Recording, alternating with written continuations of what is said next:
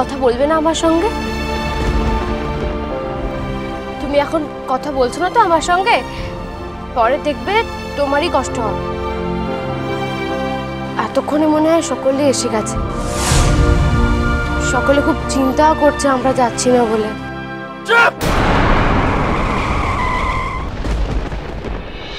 তখন থেকে বক বক বক বক করে আমার কানপালা ঝালাপালা করে দিচ্ছ। এত কথা বলো কেন তুমি? এত কথা কিসের তোমার? আর যা বলো সব তো ননসেন্স। আমাকে 3 বছরের বাচ্চা ভেবেছো? 3 বছরের বাচ্চা অ্যাডভাইস দিচ্ছ? শোনো, একটা কথা ভালো করে জেনে রাখো, আমি জীবনে আমার মায়ের অ্যাডভাইস ছাড়া আর অন্য কারোর অ্যাডভাইস শুনি না, কারোর কথা শুনি না আমি। আর সেই কথাটা আমি আগামী দিনেও শুনবো না। অ্যাডভাইস দিচ্ছে আমার।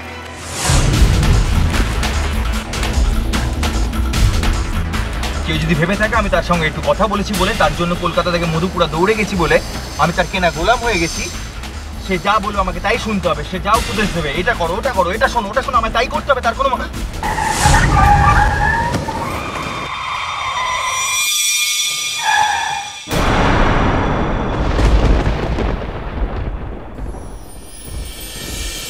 ভগীরথ, ভগীরথ। হ্যাঁ মা, হ্যাঁ মা বলুন। ঘর সব পরিষ্কার করেছো তো? আমার সব কমপ্লিট। আজ ভোর 5টা থেকে কাজে লেগেছে কি না?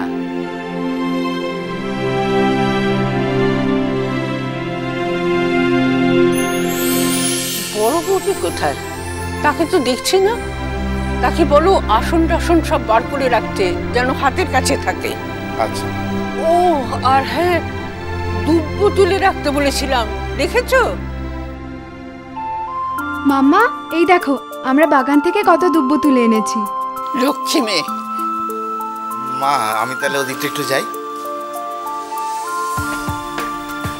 হ্যাঁ, 12টার মধ্যে খাবারটা লাগিয়ে দেবে। আর তার মানে আমাদের বাড়িতে আপনাদের 11:30টার মধ্যে পৌঁছতে হবে। না জাস্ট একটু রিমাইন্ড করিয়ে দিলাম আর কি। ও হ্যাঁ, ওকে ওকে ওকে ঠিক আছে। হ্যাঁ, যেন লেট না হয়। তোরা দুব্বো বাচ্ছিস? শোন, বাছা হয়ে গেলে এই রেখাবিটা করে একেবারে সোজা হলঘরে রেখে আসবি, কেমন? নাহলে দরকারের সময় আবার খুঁজে পাওয়া যাবে না। তোরা জামা কাপড় চেঞ্জ করবি না? আচ্ছা থাক, ভালো জামা ধর। মা, এদের আজ কাউকে সকালে ডাকতে হয়নি, সব নিজেরা সকাল সকাল উঠে একেবারে স্নান টান করে রেডি। সবই তো বুঝলাম, কিন্তু যার আশীর্বাদ সে কোথায়? সে ব্যাপারে কি জয়া দেবী কোনো ধারণা দিতে পারলেন? বৌমা তো বলেছে ঠিক সময় চলে আসবে। ও যখন জানে 10টায় আশীর্বাদ, তখন ঠিক চলে আসবে। কোনো কথার খেলাপ করার ছেলে তো সে নয়।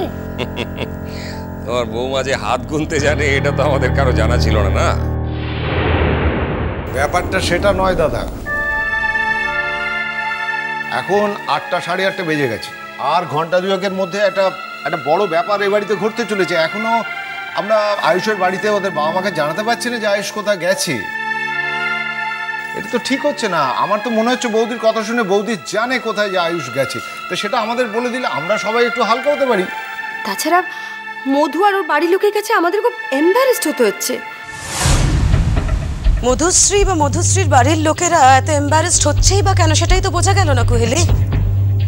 ওরা আমাদের বারবার ফোন করছে জয়াদি। আমি তো এটাই বুঝতে পারছি না যে ওরা বারবার ফোন করছেন কেন। আরে বাবা, ওদের তো জানানো হয়েছে যে ডোডো একটা পার্সোনাল কাজে বাইরে গেছে। ডোডো বিয়ে করছে বলে আর ওদের বাড়ির জামাই হবে বলে ও সমস্ত পার্সোনাল ব্যাপার জানার ওদের অধিকার তো নেই। আমিও একটা কথা বুঝতে পারছি না কাকিমণি, মধুর বাবা মা বা মধু যদি এতটাই ব্যস্ত হয়ে যায়, তো ওরা বারবার কেন তোমাদের ফোন করছে? ওরা তো আমার মায়ের সঙ্গেও একবার কথা বলতে পারে। আই এম সরি তিতির।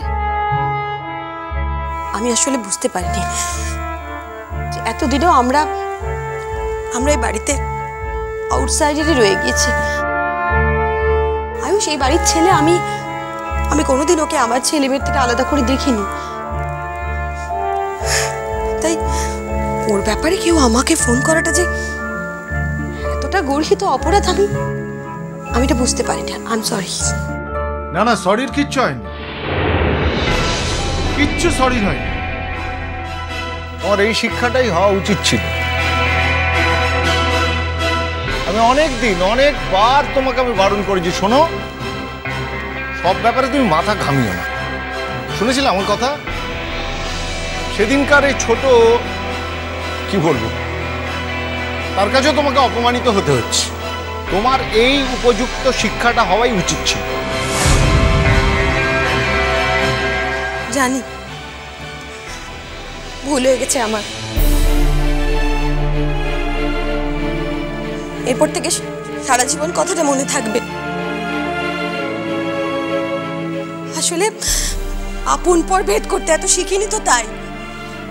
এই সাত সকালে এগুলো নিয়ে কি করছো তোমরা? যাও বই নিয়ে বসে যাও। আরে তুমি তো এক্ষুনি বললে দুব্বো বাঁচতে। কিছু করতে হবে না, ওগুলো রেখে ঘরে চলে যাও। পড়াশোনা তো একেবারে লাটে উঠেছে তোমাদের। বারে তোমাদের মধ্যে ঝামেলাটা হচ্ছে আর তার মধ্যে আমাদের উপর দোষটা দিচ্ছ কেন? একটা থাপ্পড় মারো, ছাড়ো তো। সবাই মিলে তোমার বাবা মাকে অপমান করছে, সেটা দেখে তোমরা সেটাই শিখছো, তাই না? দেখবে দেখবে কি করবো আমি। হ্যাঁ কোহেলি, কেন ওদের উপর রাগটা বার করছো? ওদের কি দোষ? ছাড়ো তো, ছাড়ো তুমি আমাকে। কথাবার্তা বলার সময় তো একটু বুঝে সমঝে বলতে হয়, তাই না?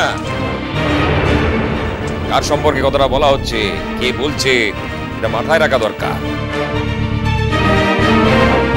কোহেলি তোমার কাকিমা হন, সম্পর্কে গুরুজন। তাছাড়া কোহেলি বরাবরই এসব ব্যাপারে একটু বেশি উৎসাহী, একটু আনন্দ করতে ভালোবাসে।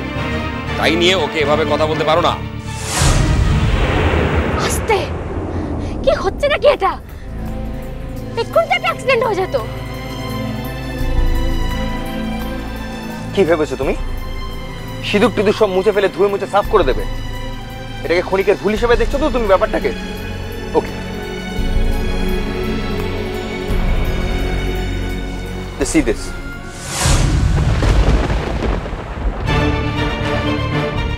এটা কি করে ডিলিট করবে? যদি কেউ দেখে না এটা? তো দেখুক না, আমি তো ব্যাপারটাকে ডিনাই করতে চাইছি না। ব্যাপারটাকে ডিনাই তুমি করছো, হাইড তুমি করতে চাইছো। আয়ুষ, থামো থামো।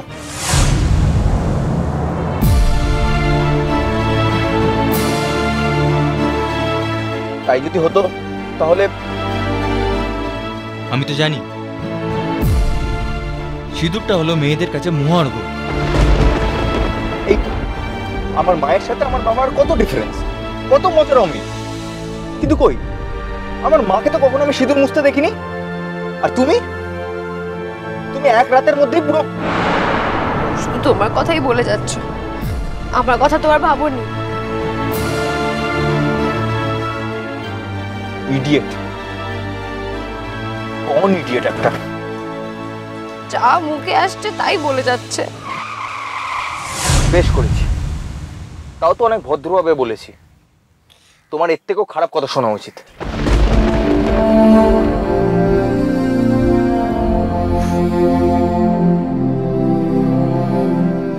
ওই একটাই অস্ত্র, চোখের জল। খালি ভাবো চোখের জল ফেললেই আমাকে কাবু করা যাবে। মোটেও আমি তা ভাবিনি, আর আমি কাউকে কাবুও করতে চাইনি। চাইলেও পারবে না। আমার যা ইচ্ছে, যেটা ইচ্ছে, যেরকম হবে ইচ্ছে, আমার যেটা ঠিক মনে হবে বলা সেটাই আমি বলবো। তুমি কি ভেবেছো তুমি যা বলতে বলেছো আমি তাই বলবো? তুমি এখন আমাকে চিনতেই পারো না। তোমার আর দোষ কি?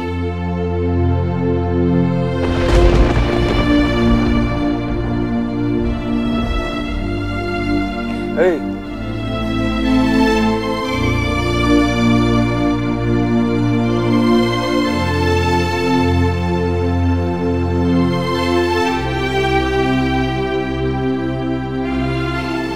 রাগ করেছো?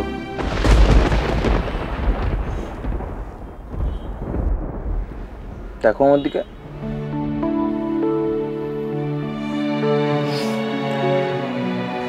সব সময় যে ভদ্রভাবে কথা বলবো তার কথা দিতে পারছি না।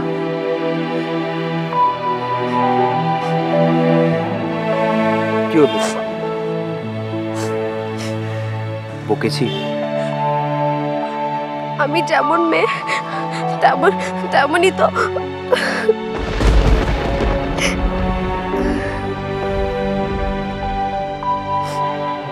তোমার কপালটা সত্যি খুব খারাপ সাহেবপুর।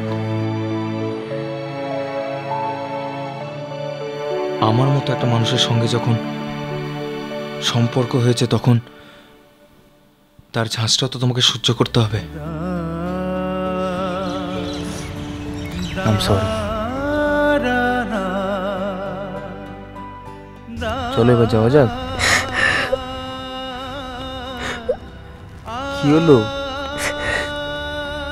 চলো সবাই দেখতে। দেখুক না, আমি আমি বাইরের কোনো মেয়ের সাথে করছি, আমি আমার নিজের বউয়ের সাথে করছি।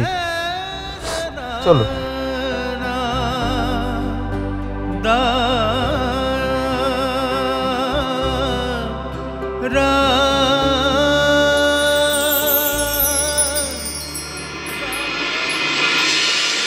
চোখের তারা